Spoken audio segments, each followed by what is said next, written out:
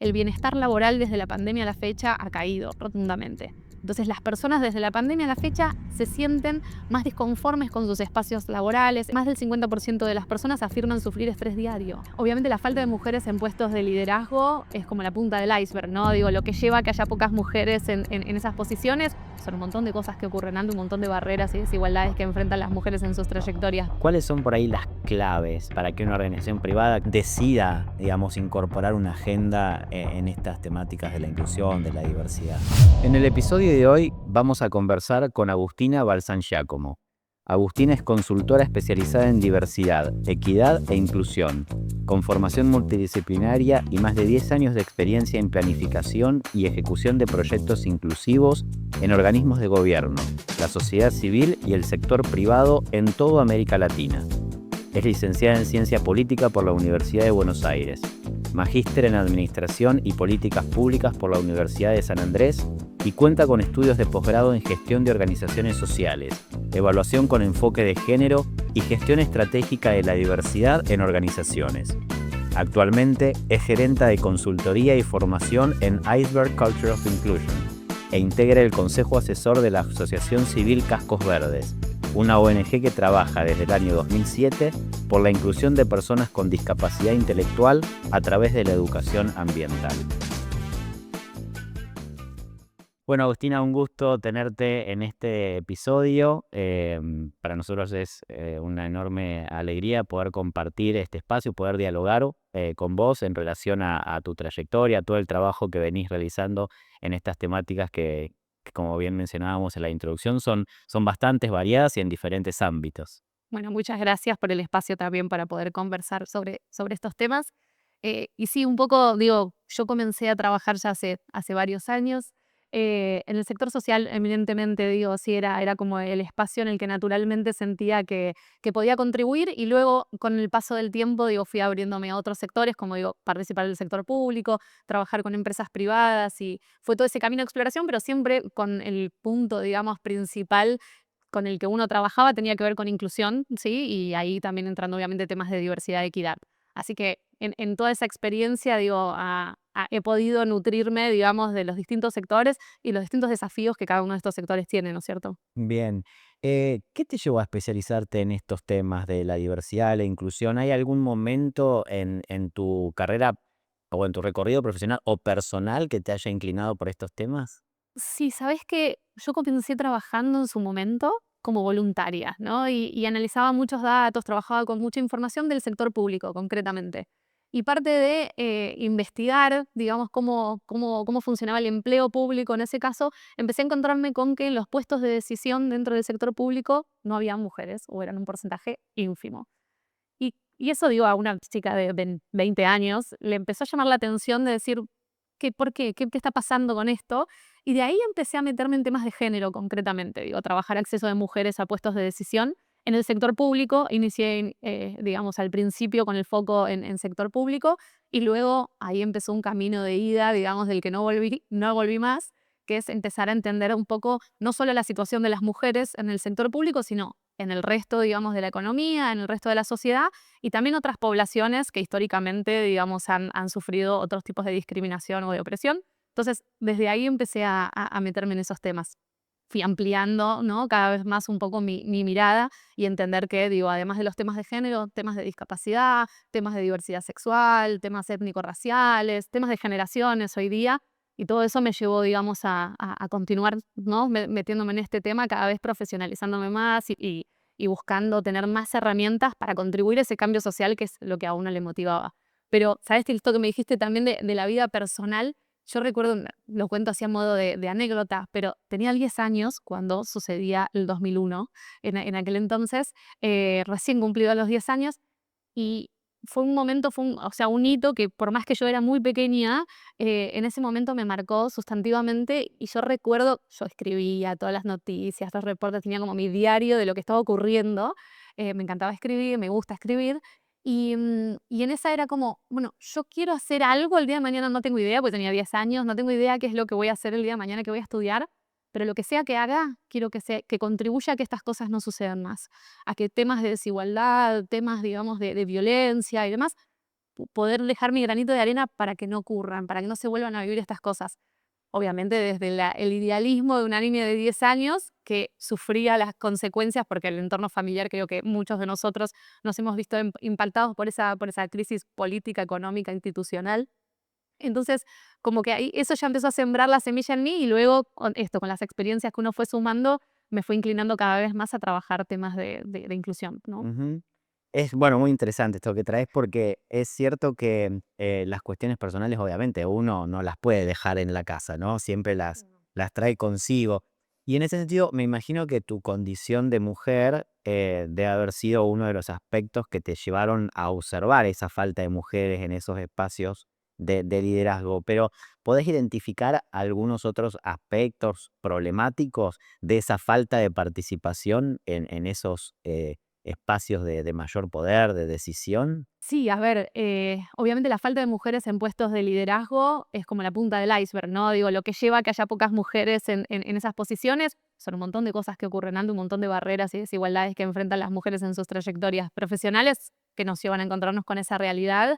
Digo, también me ha pasado mucho de encontrarme con mujeres liderando, pero con estilos de liderazgo muy masculinizados, porque en cierta medida es la manera que muchas mujeres encontraron de abrirse camino. Digo, los valores o las competencias que son destacadas en el ámbito laboral son tradicionalmente consideradas masculinas o atribuidas a los varones, ¿no? Entonces, bueno, si quiero posicionarme en estos espacios que hoy están integrados mayoritariamente por varones, está la sensación de que uno tiene que empezar a asumir determinados rasgos, ¿no? Para poder hacerse valer en esos espacios. Y eso es terrible porque, digo, quita un poco la esencia de que la intención es que el liderazgo no sean, digamos, todas fotocopias, todas personas clones con los mismos estilos, sino que podamos empezar a abrir a otros estilos de liderazgo que, de hecho, el contexto también demanda que reinventemos y que repensemos un poco esos estilos de liderazgo, ¿no? Y ahí creo que las mujeres, sin generalizar, digamos, pero tenemos también un valor muy valioso para aportar en esos espacios, ¿no? Liderando desde nuestra propia identidad, desde nuestros propios estilos. Las personas somos diversas per se, digamos. Entonces, esto de tener que asumir determinadas características para poder ocupar esos espacios y que seamos todos iguales para abrirnos lugar, no hace mucho sentido. Entonces, nada, desde ahí un poquitito son algunas de las cosas con las que uno se ha ido encontrando, ¿no? Es que como esto que decimos siempre, ser mujer no te convierte en feminista, digamos, ¿no? Entonces, también hay muchas mujeres que han logrado ocupar espacios y que no siempre se han dado vuelta y estirado la mano o dejado entreabierta la puerta. Me acuerdo de haber hablado con una política en su momento, que no voy a decir el nombre concretamente, pero que me decía, es nuestra responsabilidad como mujeres que estamos ocupando posiciones de liderazgo, en ese caso en la política, de, ok, logramos abrir la puerta, asegurémonos de que no se cierre cuando pasamos. Porque muchas veces es como, bueno, ¿no? Estamos disputando en una porción de la torta es pequeña y competimos para tratar de llegar a ella. Bueno, asegurémonos de que otras también puedan comer de esa torta y que la mesa se amplíe para que cada vez haya más mujeres ocupando esas sillas. Entonces creo que ese es como súper valioso y que no siempre, digamos, se trabaja con esa perspectiva. Entonces, traer la sororidad a la conversación y traer estilos de liderazgo no masculinizados, sino auténticos y propios en las mujeres también es valioso. Pero bueno, estamos hablando de una transformación cultural que no sucede de un momento al Lleva otro, tiempo. desde Exacto. ya. Vos hiciste referencia al inicio, a partir de este trabajo en diversos ámbitos, diversos sectores, que había diferencias, matices, como, bueno, distintos grados, me imagino. ¿Cuáles son los principales desafíos o aprendizajes de haber trabajado tanto en el sector estatal como en el privado, en ONG? Uf, a ver, cada uno de estos sectores efectivamente tiene sus propias dinámicas de funcionamiento. Digo, en el sector social, eh, yo siempre digo, es un sector en el que fui y soy profundamente feliz, porque partiendo de la base compartimos ciertos valores, ¿no? de mínima, que no siempre en todos los lugares en los que uno trabaja comparte necesariamente valores, digamos, ¿no? E ideales con esas personas. Entonces, en el sector social hay un valor en común que unifica, ¿no? Y que genera como un sentimiento de pertenencia muy fuerte, pero se enfrentan un montón de desafíos que tienen que ver con muchas veces la indiferencia social. Digo, no todos entienden la relevancia del trabajo que hace el sector social y la importancia, digamos, de las acciones comunitarias y el de atender un montón de demandas que no siempre el Estado llega a atender. Entonces, en ese desafío, digamos, es bastante complejo porque es estar peleando el día a día. La verdad es que en el sector social hay mucho corazón, mucho esfuerzo puesto en el día a día, pero la subsistencia se hace compleja. Y en contextos de crisis aún más, digamos, ¿no? Y en contextos de retroceso en materias de políticas de inclusión aún más difícil. Entonces, ahí hay todo un desafío. Después el sector público obviamente está atravesado fuertemente por la política, con sus propias dinámicas de poder, con sus propias dinámicas de funcionamiento, muy patriarcales, machistas inclusive, paternalistas, digo, podemos hacer varias características para describir un poco esas dinámicas, que también, digo, yo me acuerdo trabajando en el sector público siempre tenía como muy mi lema puesto en tengo que engrosar el cuero, tengo que volverme resistente porque hay mucho golpe acá, hay mucho, digamos, hay un roce constante que lo vuelve complejo y que realmente, digo, yo soy politóloga, me especialicé en políticas públicas, me apasiona el sector público, confío plenamente en el Estado como herramienta para transformar realidades, las políticas públicas como herramienta para transformar las realidades, y entiendo el Estado y la importancia de que el Estado asuma un rol protagónico en la regulación de las relaciones sociales y en la garantía de derechos, ¿no? Pero aún así, llevarlo en el día a día es muy desafiante, ¿sí? Pero también, digo, hay muchas personas con mucha vocación pública que realmente hacen un gran esfuerzo, y también se trata un poco de derribar el estigma que hay respecto al empleado o empleada pública, ¿no? Que nos quedamos quizás con la imagen de Gasalla en aquel entonces, y lo cierto es que hay un montón de personas que trabajan no solo de manera súper profesionalizada, sino con un montón de vocación de servicio, para justamente empezar a transformar realidades y entendiendo que el rol que cumplen desde el Estado es fundamental, ¿sí? Sin Estado no hay garantía de derechos, sin Estado es imposible que podamos pensar en clave de igualdad, en reducir las desigualdades que enfrentan un montón de poblaciones. El Estado es clave, digamos, en ese sentido. Entonces, nada, es un desafío en sí mismo porque obviamente, hay que llegarle a toda la población y eso es un desafío y, como digo, las dinámicas de poder que funcionan, está atravesado por un montón de lógicas. Pero bueno, nada, a mí particularmente me apasiona el Estado, digamos, en todas sus formas. Y después el sector privado, acá a mí lo que me parece muy, muy importante y que es parte del trabajo que hago hoy día desde Iceberg Cultures of Inclusion, que es, em, que también el sector privado pueda entenderse a sí mismo como agente de cambio y como un agente que tiene un potencial transformador enorme, porque digo, una enorme porción de la población estamos empleadas, ¿no? En el sector privado. El sector privado tiene la capacidad de llegar a transformar las realidades de un montón de personas también. Operan en nuestra sociedad, ¿no? Se sirven de nuestra sociedad en cierta medida porque requieren de nuestro consumo, etcétera, etcétera.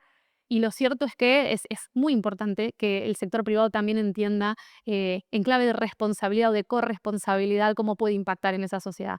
Entonces creo que estos tres sectores y estos tres actores son claves para que podamos empezar a pensar en clave de diversidad, equidad e inclusión, ¿no? Digo que es como el espíritu con el que yo trabajo. Entonces creo que la verdad es que a mí particularmente me ha enriquecido mucho poder trabajar desde estos tres sectores, porque si no a veces uno se queda como con una parte de la película, ¿no? O mirando desde su propio lugar cómo funcionan las cosas, y la verdad es que el rol que cumplen los tres actores es clave. En un escenario ideal, todo funcionaría perfecto y habría igualdad y estaríamos en otro contexto. Pero lo cierto es que en contextos de extrema desigualdad, como los que vivimos en América Latina en general, es fundamental que esté el Estado, que esté el sector social y que esté el privado comprometidos con desarrollar políticas para incluir a poblaciones que históricamente no han sido incluidas. Ya nos vamos a meter ahora un poco con tu trabajo, quizás hoy más orientado al tema de las organizaciones privadas, pero me interesa profundizar un poquito en esto que vos decías del trabajo en las organizaciones públicas, en el Estado, aprovechando tu interés. Em, Porque obviamente hoy cuando uno analiza el tema de las discusiones por ahí o los temas que se dan en el ámbito de las empresas, aparece, ¿no?, esta cuestión del cuidado de los empleados, de la conciliación entre el tiempo privado y el trabajo en esa organización. Ahora son temas que por lo general no hacen parte de la agenda, como bien vos decías, de los empleados o del empleo público, ¿no?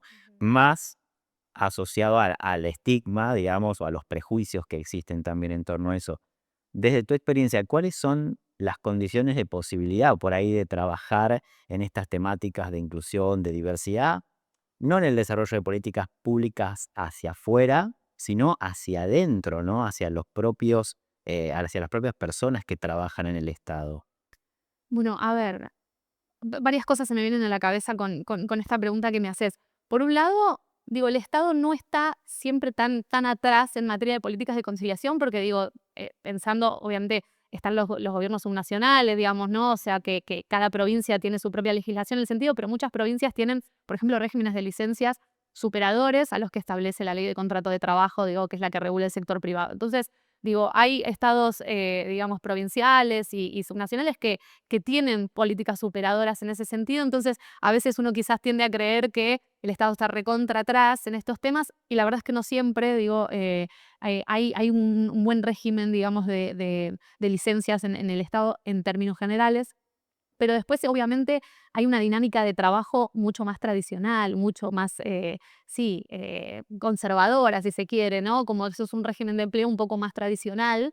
Y en ese sentido, obviamente, poder avanzar en innovaciones respecto al régimen de empleo público y demás es complejo, digo. Yo he trabajado con especialistas en estos temas que justamente vienen haciendo un gran trabajo para tratar de promover, digamos, ¿no? Un poco la modernización del Estado y que eso va no solamente en términos de nuevas tecnologías y demás, sino en cómo regulamos, digamos, o cómo trabajamos o cómo promovemos el bienestar del empleado o empleada pública, digamos, ¿no? Porque, y que es un poco entrándonos en el tema que vamos a estar conversando, pero digo, el bienestar del trabajador o la trabajadora es clave también para los resultados que se buscan conseguir. Entonces, muchas veces ha sido un tema quizás muy subestimado, el pensar, bueno, en qué beneficios, en qué políticas de conciliación podemos generar para el personal, pero lo cierto es que eso es clave.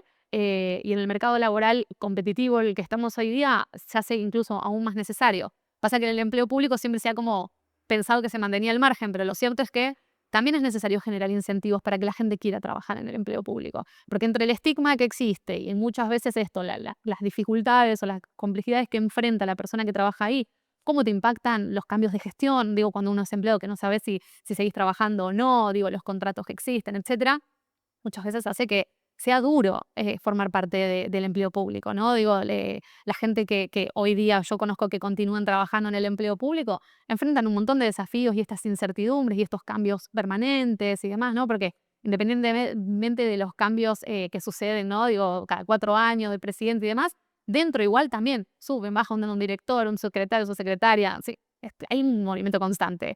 Y eso hace que el personal esté, digamos, ¿no? Agarrado a su silla sin saber muy bien qué le espera. Entonces, ese es un contexto de estrés bastante grande para trabajar y la verdad es que es muy importante que atraigamos gente a que contribuya al Estado, a que quieran participar del empleo público. Entonces, siento que es muy necesario que empecemos a pensar qué esperamos del empleo público y qué damos al empleado público también, ¿no? O empleado público o empleada. Bien.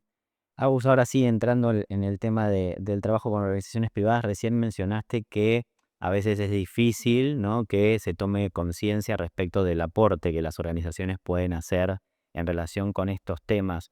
¿Cuáles son por ahí las claves para que una organización privada que por ahí tiene, no sé, un objetivo de lucro, ¿no? Uno lo piensa así, eh, decida, digamos, incorporar una agenda en estas temáticas de la inclusión, de la diversidad? A ver, nosotros siempre decimos, digo, trabajar temas de salud mental, bienestar, conciliación, cuidado, dentro de las organizaciones no es solo deseable, no es solo lo políticamente correcto de hacer, lo que estaría bueno que hagamos, sino que es necesario y a su vez también es estratégico, que es un poco esto que vos me decís. Lo cierto es que abordando estos temas, las empresas también obtienen beneficios, porque lógicamente, digo, la empresa no es una ONG, la empresa busca su lucro, digo, y está perfecto. Pero lo cierto es que el bienestar del personal impacta directamente en la productividad, en la innovación, en la atracción y retención de talento, en el ahorro económico que puede generar la empresa también. Digo, se pierden millones de días al año por ausentismo, por licencias por enfermedad, licencias psicológicas o psiquiátricas. Digo, es un tema que las empresas tienen que poner en la agenda y hay un dato a mí que me impactó mucho de la Organización Mundial de la Salud, que es que se estima que para 2030 los trastornos de salud mental van a ser la principal causa de discapacidad en el mundo. Entonces esto nos está diciendo algo, ¿no? Nos está encendiendo una alerta de tenemos que hacer algo con esto, porque si no después, digo, ese talento al que uno quiere atraer, vamos a estar todos quemados en ese escenario futuro, ¿no? Digo, yo siempre disparo cuando converso sobre estos temas, cuando damos estos talleres desde Iceberg, siempre lo que comienza es disparando la pregunta de, bueno, ¿cuántos de ustedes lo último que hacen en el día y lo primero que hacen en el día es chequear el celular? ¿Cuántos de ustedes responden mails o con temas de trabajo después de la jornada laboral o cuando llegan a su casa? ¿Cuántos de ustedes lo han tenido que hacer en vacaciones? Yo lo he tenido que hacer en mi luna de miel, para que te des una idea. Digo, empiezo a hacer esas preguntas y la verdad es que la mayor parte de las manos están arriba. Entonces, efectivamente los temas de salud mental son algo que nos interpela a todos, porque estamos todos en esta, y lo cierto es que estamos viviendo en una cultura de hiperproductividad, de sobreexigencia absoluta, de hiperconectividad, ¿no? Esto del 24/7, y es como que en cierta medida la hiperconectividad viene a traer cosas positivas, pero digo, también es como si tuviésemos, digamos, una cadena donde constantemente nos sentimos en la obligación de estar respondiendo los mails y estando en constante trabajando, ¿no? Es como si esto de ponerse la camiseta de la empresa supusiera una alienación absoluta de las personas, ¿no? Es como resignar absolutamente nuestra vida personal para mostrar compromiso con el trabajo. Y hasta incluso es algo que lo mostramos con orgullo, ¿no? Digo, como, estoy enferma, estoy respondiendo mails, ¿no? Es como si una manera de mostrar nuestro compromiso alienándonos absolutamente. Y estamos en esa cultura en este momento, ¿no? Digo, en esta cultura de hiperproductividad. Entonces, esto genera consecuencias, porque la verdad es que, yo siempre digo, un empleado o empleada agotado no es un empleado comprometido, es un empleado en riesgo, en peligro, ¿sí? Y que con ese trabajador o trabajadora en peligro, están en peligro también los resultados de la organización. Y ahí es donde es importante que las organizaciones empiecen a entender de que esto no es simplemente algo de seamos buena onda con nuestros colaboradores, sino es algo de esto también nos interesa como organización, ¿sí? No nos sirve, digamos, tener trabajadores que están quemados. Digo, el burnout, digo, incluso también ahí las estadísticas muestran que desde la pandemia los trastornos de ansiedad y depresión se incrementaron un 25%. Estamos, digamos, yendo hacia un contexto que es complejo y las personas dicen que, mejor dicho, el 60% de las personas dicen que lo que más impacta en su salud mental es el trabajo. Y lo podemos decir todos, digo, ¿no? Porque no es necesario que te traigan una estadística. Si uno está mal en el trabajo, si uno tiene un jefe o jefa con el que lo pasa mal, si hay un clima laboral tóxico, si está en peligro tu trabajo, todo eso nos impacta directamente. Si pasamos más tiempo en general en nuestro trabajo que con nuestras familias, ¿cómo no vamos a creer que esto tiene un impacto directo en la salud mental? Y a mí me parece clave empezar a entender que esto no es un problema individual, porque también está ahí, como, bueno, es Nicolás, es Agustina, que están con algún tipo de padecimiento psíquico y, bueno, es un tema Que vaya al psicólogo, psicóloga y listo. que lo arregle, Suele. digamos, ¿no? Sí. Porque es esto, yo tengo que ser hiperproductiva después, entonces que lo arregle. Pero lo cierto es que los datos que te digo, y tenemos un montón más para traer, nos muestran que no es un problema individual, sino social. Si acá estamos en un tema colectivo, y yo siempre hablo como del efecto de la bola de nieve.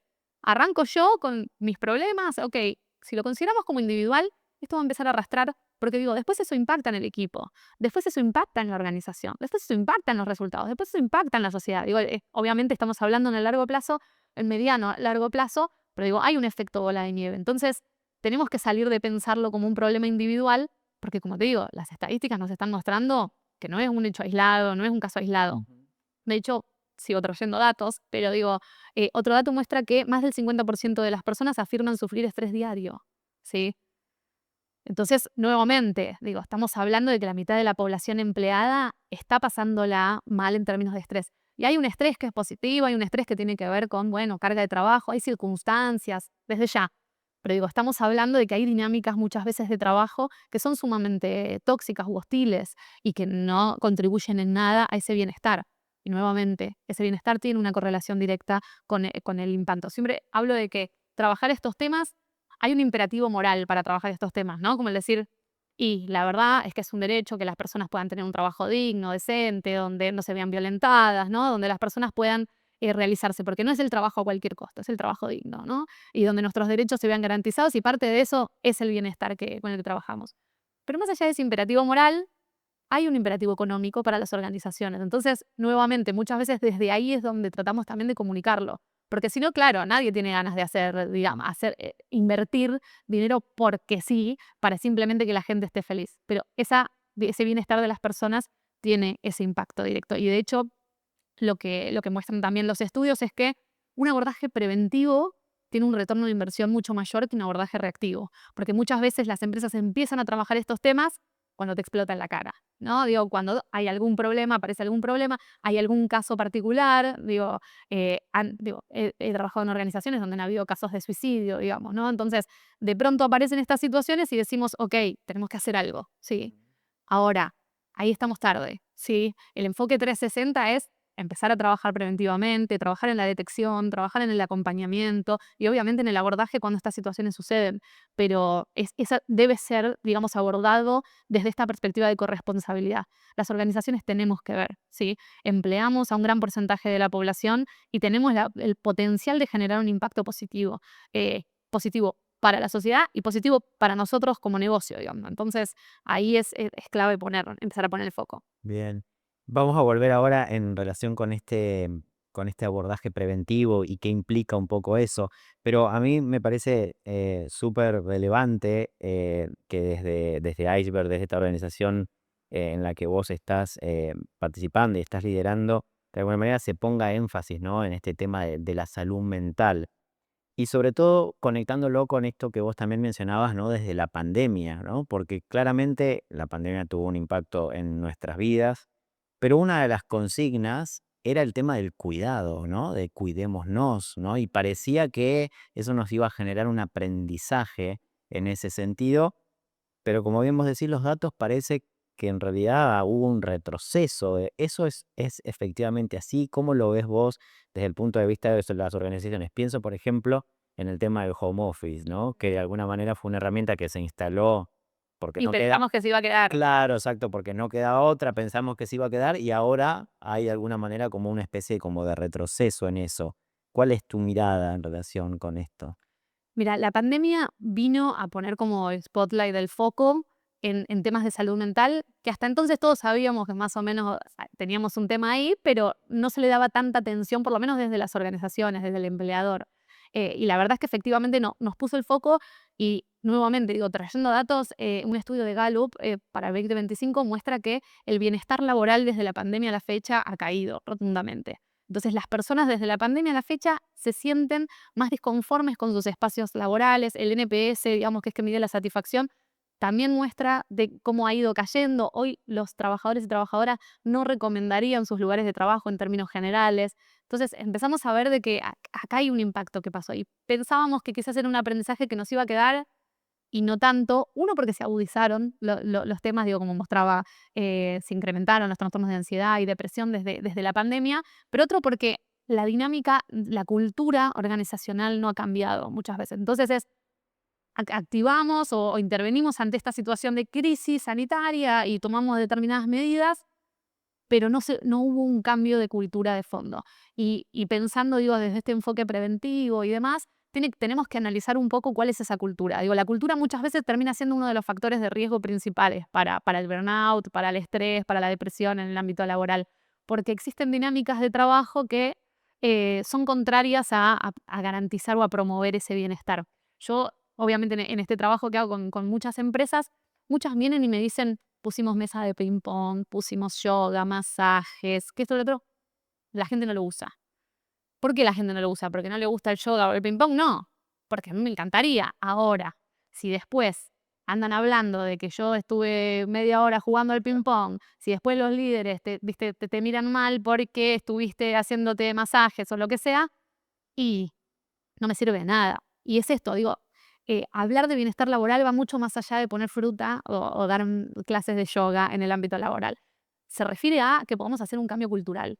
Sí, entonces, obviamente, el cambio cultural lleva tiempo y requiere esfuerzos que van, como digo, mucho más allá de lo que uno puede comprar. Contrato una masajista, tiene que ver con empezar a cambiar un poco el tipo de dinámica y de relaciones que se dan, la organización del trabajo, digo, esta cultura del aguante, esto que yo te decía que en mi experiencia hubo un momento en el que dije, tengo que engrosar el cuero, tengo que poder aprender a resistir golpes, tengo que prepararme para, ¿viste, no? Y es como, y en esa están un montón de personas, digo, yo lo digo anecdóticamente desde mi experiencia, pero en esa están un montón de personas, tengo que aguantar.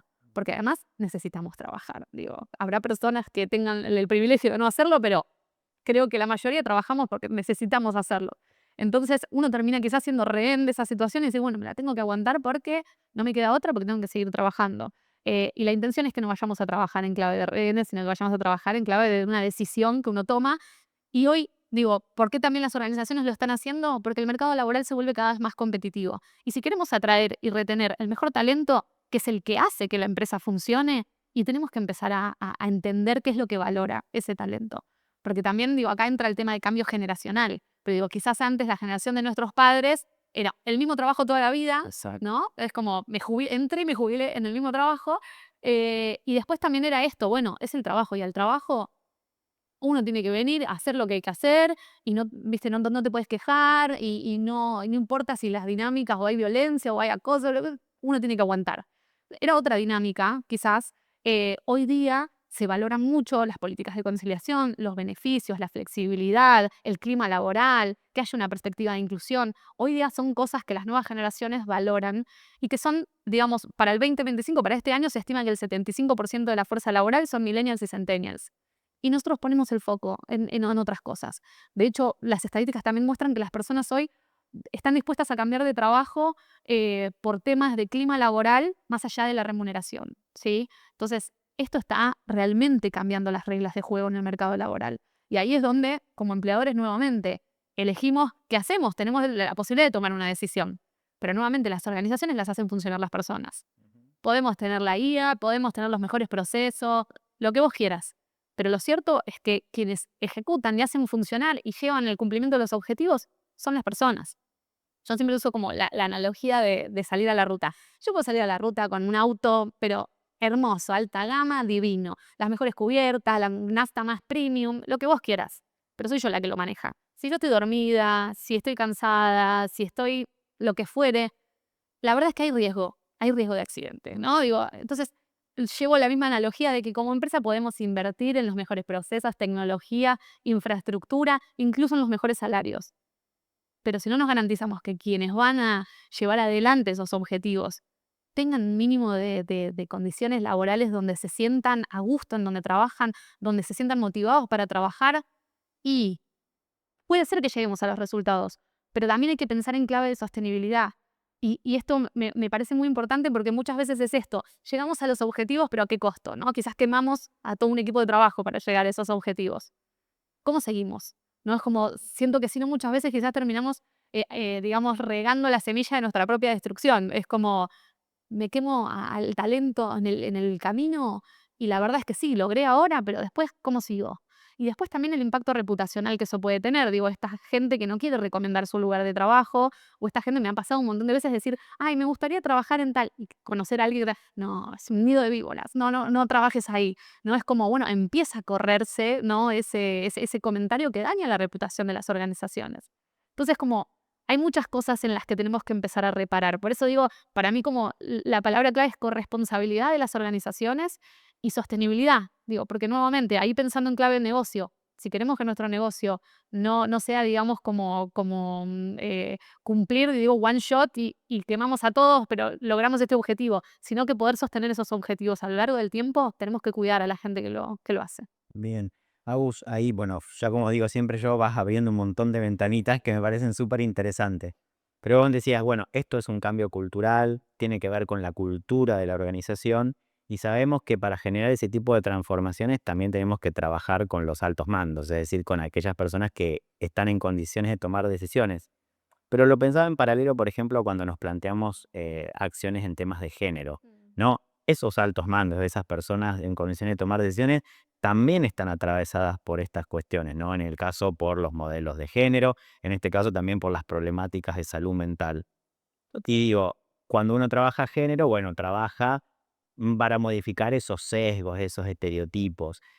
En el ámbito de la salud mental o en la problemática de la salud mental, ¿cómo se trabaja con esos altos mandos, con esas personas en condiciones de tomar decisiones cuando ellos también están atravesados por esa problemática? O sea, o cuáles son los principales aspectos en donde vos decís, bueno, vamos a ver esto, vamos a revisar lo otro. Total, porque me parece clave esto que decís, no son ajenos a la realidad, no es que el líder o la líder son un ente, digamos, que está aparte, sino que está sumergido en esa propia dinámica.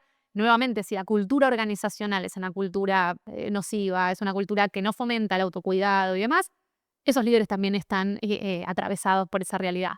Nosotros siempre lo que decimos es que es clave que el liderazgo sea modelador de comportamiento dentro de la organización, ¿no? Funcionan en cierta medida como modelos a seguir. Y siempre pongo este ejemplo de, eh, muchas veces con las licencias por paternidad o licencias para cuidadores secundarios, se habla de que cuando se dan licencias más extendidas, quizás de 1 mes, 2 meses, muchas veces no se la toman, ¿no? Digo, en este caso los varones, pero muchas veces los varones son los líderes. Entonces, claro, ¿qué mensaje le estás dando a tu equipo? Este tipo de cuestiones de la vida personal, para otro lado, priorizamos lo laboral. Entonces es esto, si mi jefe o jefa envía mails mientras está de licencia médica, ¿y qué voy a hacer yo cuando esté de licencia médica? Y no puedo dejar de responder. Entonces, en cierta medida, eso empieza a permear en esa cultura. Entonces, la verdad es que el liderazgo tiene la responsabilidad de empezar a hackear un poco ese tipo de dinámicas que funcionan en el día a día. Porque hoy día la idea de un liderazgo más consciente, más humano, más empático, forma parte de una skill, de una competencia de liderazgo que es clave y que es lo que demanda este contexto, ¿sí? Porque, nuevamente, digo, el bienestar, digo, hoy mirando las tendencias globales en materia de recursos humanos, muestra que el liderazgo tiene un rol clave y que el bienestar es estratégico. Bueno, tenemos que como líderes empezar a moldear, digamos, ese bienestar dentro de nuestros equipos, pero es cierto que en general te dicen que los líderes de primera línea, que son, digamos, quienes están bajo la presión del top management, las máximas autoridades y los equipos, la fuerza de trabajo, son los que más estrés atraviesan, porque están, digamos, ¿no? Medio como frente a todas estas presiones. Entonces, acá nosotros siempre lo que decimos cuando hablamos de bienestar con estos equipos de liderazgo es que no viene a ser una carga adicional para ellos de encima de tener que dar resultado, de tener que estar sometido a estas presiones. Ahora tengo que ser psicólogo de mi equipo, ahora tengo, muchas veces está esa resistencia, ¿no? Es como, y ahora encima me quieren poner la responsabilidad de tener que cuidar a mi equipo como si fuese, digamos, mis hijos. No, no ese es el punto. Al contrario, la intención es que trabajar estos temas se empiece a entender como una herramienta para que vos puedas llegar de manera más eficiente y saludable al cumplimiento de esos objetivos. ¿No? No es sumar una carga más, sino una herramienta más para gestionar esa carga. ¿Sí? Es como es empezar a cambiar un poco ese mindset, que ese es el desafío, obviamente, porque nuevamente todos estamos insertos en esta cultura, digamos, acá nadie es ajeno, como te digo, yo trabajo estos temas y demás y te dije que en mi luna de miel estuve trabajando, o sea, Claro. son cosas que pasan y es muy difícil romper con esa dinámica, pero se trata de empezar a moldear culturalmente y también, más allá del rol de los líderes, también de las organizaciones, que obviamente son conducidas por líderes, pero empezar a cambiar ciertas políticas. Hoy hay políticas de desconexión digital, digo, ¿no? Como tratar de fomentar que después de las 18 horas no se mandan mails, después de las 18 horas todos se tienen que ir a su casa, ¿no? Digo, como cuestiones para empezar a poner límites que si no orgánicamente no se ponen. Hoy sigue estando vigente la cultura de trabajar muchas horas y el que se va a las 10 de la noche de la oficina es la persona más comprometida. Claro, porque además como vos mencionabas bien al inicio en relación con las mujeres y los temas de género, de alguna manera es como desprenderse de aquellas prácticas que en el ideario, y con sentido y razón, te llevaron a estar en esos lugares de poder, ¿no? Porque precisamente por ahí mucho de esto de entregar la vida a la organización es lo que te permitió llegar a donde estás. Entonces, ahora implica como Poner desarmar un un límite. poquito eso y capaz poner en riesgo, ¿no? Ese espacio de poder que se alcanzó, ¿no? Bueno, pero ahí también hay algo curioso en lo que decís o que me parece interesante, que es que tradicionalmente, hoy día las estadísticas lo muestran, los roles de liderazgo siguen siendo ocupados mayormente por varones. Y si hay un desafío que tiene la masculinidad hoy en nuestras sociedades es el autocuidado. ¿Sí? Digo, las mujeres tenemos un poco más incorporado el cuidado, más del otro que de una misma, ¿no? Una se posterga también muchas veces por el cuidado del otro, incluso la pareja, pero digo, los varones el tema del autocuidado es también un desafío. Entonces, claro, está todo dado para que esta dinámica prospere, digamos. Entonces, realmente hackearla implica también empezar a cuestionarnos desde la masculinidad y desde las estructuras organizacionales, bueno, ¿es sostenible? Sí, que funcionemos bajo esta lógica. Porque nuevamente, digo, tenemos ahí un montón también de estadísticas para hablar, ¿no? De depresión en varones, de tasas de suicidio en varones. Digo, son datos que nos muestran que hay un montón de temas que tenemos que poner en agenda. Digo, podríamos estar hasta mañana hablando y abriendo cada una de estas ventanitas, pero lo cierto es que implica desafiar la cultura, implica que todos tomemos un rol activo y que pongamos ciertos límites, pero obviamente es muy difícil que yo como analista junior dentro de una organización pueda poner un límite si no me está acompañando políticas concretas dentro de la organización y un liderazgo que acompañe esas políticas. Porque también, nuevamente, muchas veces las áreas de recursos humanos, de people, impulsan políticas, pero si el liderazgo no se las apropia y no las cascadea a sus equipos, no quedan más que en un papel. Y la intención es justamente que se empiecen a vivir. Por eso, siempre cuando hablamos de bienestar laboral o de salud mental, nosotros nos parece clave que mapeemos, hagamos un mapeo de riesgo, de factores de riesgo, porque digo, estamos hablando de que los temas de salud mental son una problemática social y como toda problemática social es multicausal, es multidimensional y hay que abordarla de distintos lugares. Bueno, dentro de las organizaciones, ¿qué cosas tenemos que mirar? No es una sola, no es solo depositar la responsabilidad en el líder o la líder, sino que es, bueno, también miremos la organización del trabajo, ¿qué tenemos que ver acá? Porque muchas veces hay sobrecarga de tareas, plazos irrazonables, digamos, ¿no? Hay un montón de cosas. Ok, veamos también qué sucede respecto a la cultura, como decíamos, porque muchas veces se respira, digamos, ciertas dinámicas dentro de las organizaciones, que es importante entender. Hay veces hay individualismo extremo, hay una competencia feroz dentro de los ámbitos laborales que no está documentado en ningún lugar, pero uno ingresa y lo respira, digamos, y eso hace obviamente, que las personas ahí dentro vivan bajo un estrés muchísimo mayor. Muchas veces también hay cuestiones justamente de políticos o factores organizacionales concretos y hay cuestiones de contexto también, ¿no? Porque las organizaciones no están exentas al contexto de fuera de esa organización que generan muchas veces inestabilidad laboral o inseguridad laboral. Hay cambios normativos que hacen que las empresas también tengan que empezar a reacondicionarse en esos escenarios. Digo, hay un montón de factores que operan, pero como organizaciones podemos empezar a ponerles atención para tratar de minimizar o mitigar el impacto negativo de estos factores en nuestros colaboradores y colaboradoras. Bien, si tuviésemos que hacer una especie de top 3 de esos factores de riesgo en virtud de tu experiencia, de la experiencia de la organización, ¿cuáles dirías vos, no? Teniendo en cuenta esto que vos bien mencionabas del contexto. A ver, eh, muchas veces suceden cambios dentro de las organizaciones que no son bien acompañados. Digo, hablar de gestión del cambio dentro de las organizaciones es clave porque muchas veces hay fusiones, muchas veces hay cambios de sistemas, muchas veces cambio de autoridades. Hay cambios que se producen todo el tiempo en las organizaciones que cuando no son acompañados, ¿sí? De manera efectiva, pasa que en el proceso las personas, digamos, se queman, ¿no? Digo, hablando de burnout o que hay estrés excesivo, lo que incrementa también el riesgo de errores, el riesgo de que el talento se fugue, digamos, ¿no? Que perdamos talento.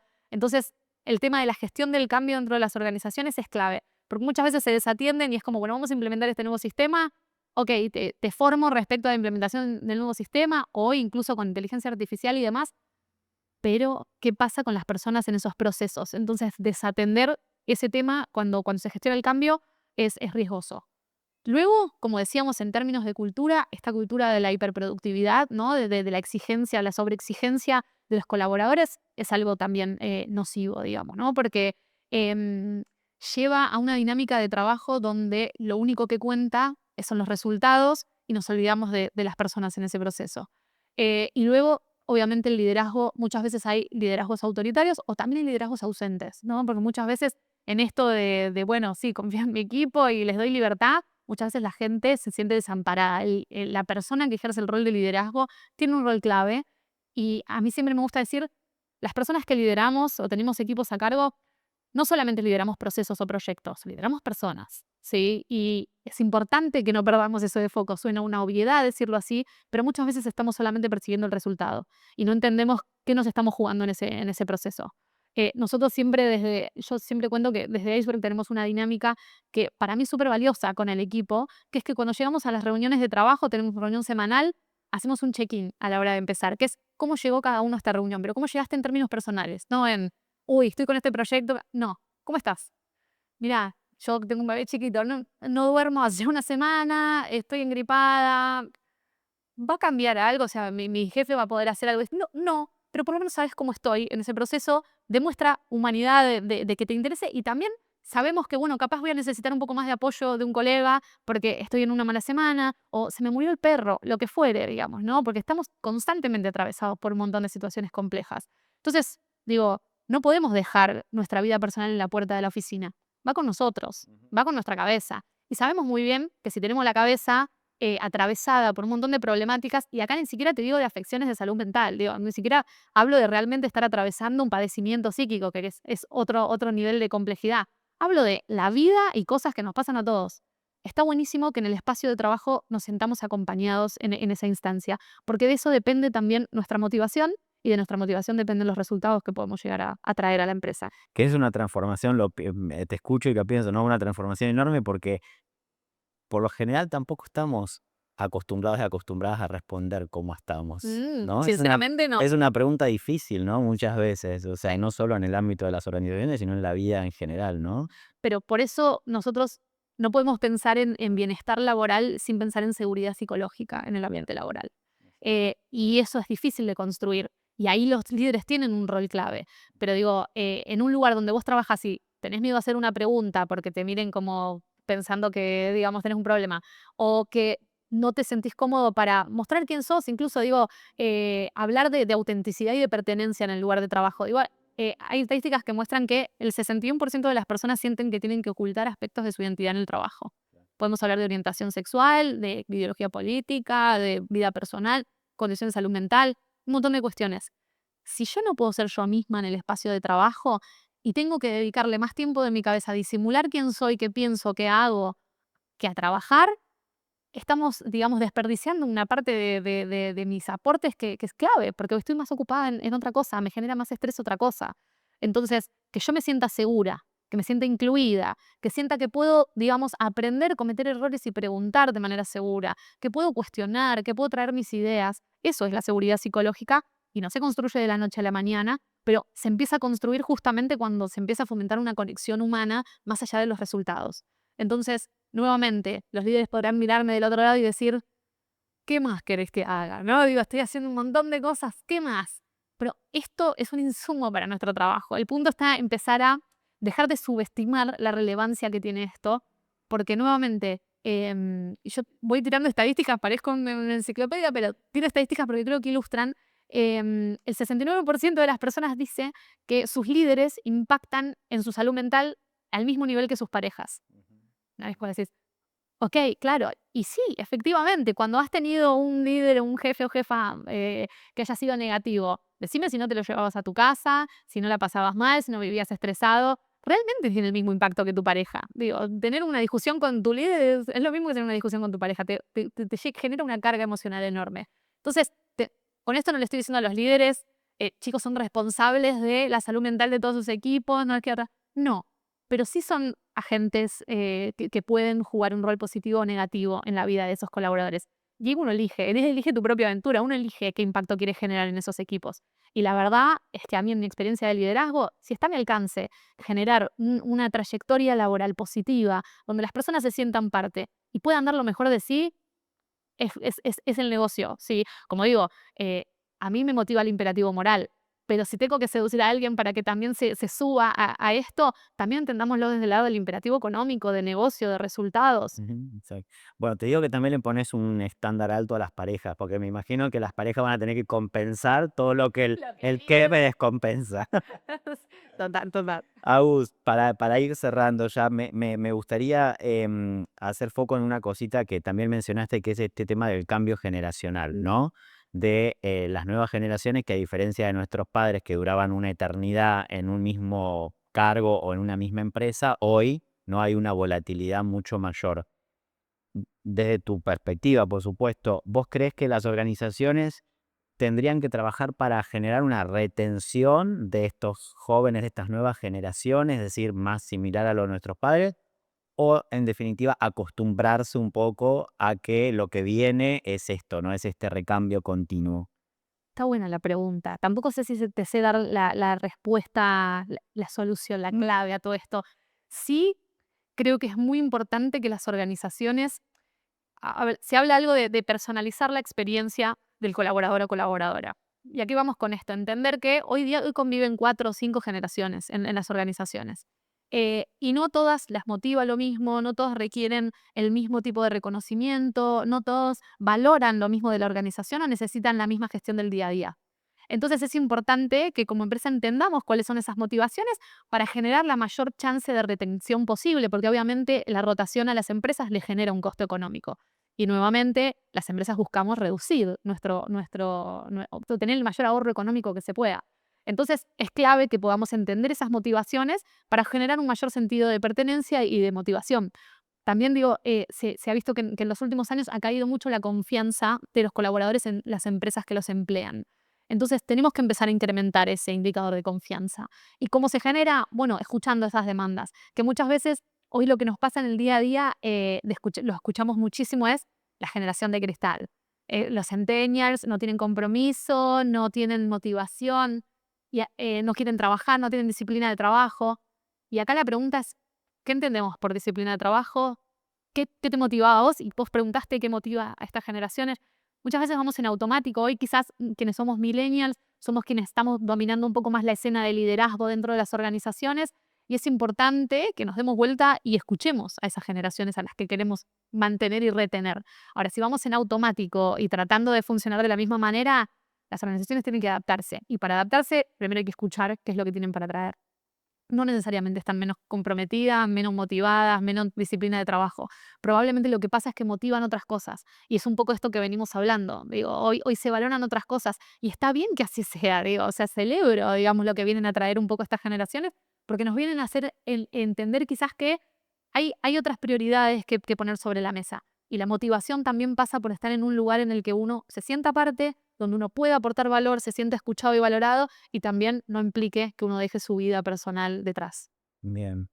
Bueno, Agus, vos mencionaste que allá por 2001, siendo niña, adolescente, comenzaste, ¿no? Con esas inquietudes por el trabajo de lo social. Eh, Hecho todo este recorrido que llevas en estos años, como bien dijimos, en todas las instancias, las organizaciones, lo público, lo privado, si tuvieras que dejarle un mensaje a aquellos jóvenes, a aquellas jóvenes que están en aquella misma situación tuya en 2001, ¿qué mensaje les dejarías? Wow, qué pregunta, esa no la esperaba. Em, a ver, yo lo que siempre sostengo cuando trabajamos estos temas es que la indiferencia para mí es la peor enemiga de la inclusión y de la transformación cultural. Cuando sostenemos el status quo porque, bueno, es así, siempre se hizo así y demás, es difícil que podamos cambiar algo.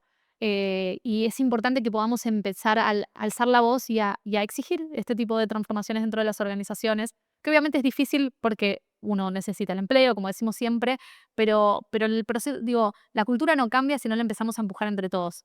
Siempre digo, la cultura la construimos las personas, ¿sí? Es uno a uno en nuestras interacciones diarias, es la manera en la que yo me vinculo con vos y con las personas con las que trabajo en el día a día. Entonces, si queremos que ese cambio cultural se empiece a dar, tenemos que todos empezar a tener un rol activo en ese sentido, porque si no es siempre patear la pelota a otro, ¿no? Digo, bueno, es recursos humanos que tienen que impulsar estas políticas, son los líderes que tienen que hacer esto, es el gobierno que tiene que sancionar X leyes, siempre está fuera. Y se trata también un poco de entender qué rol podemos jugar nosotros. Entonces, así como yo en el 2001 decidí empezar a jugar un rol activo desde el lugar que pudiese, con un granito mínimo de arena que uno pudiese dar, bueno, creo que está bueno que se involucren, ¿no? Las personas para poder empezar a transformar esa cultura. Es muy fácil quejarnos, es un poco más difícil tener un rol activo y protagónico en esa transformación. Vale la pena, estoy convencida. Bueno, Agus, muchas gracias. La verdad que muy, muy interesante. Quedaron muchas cosas, así que si te sentiste cómoda, estás más que invitada para que podamos seguir profundizando en otra oportunidad. Me encanta, te agradezco a vos, Nico, por el espacio. Pasó así otro episodio de este ciclo Más mujeres con mucho para decir. Nos vemos la próxima semana con nuestro próximo video.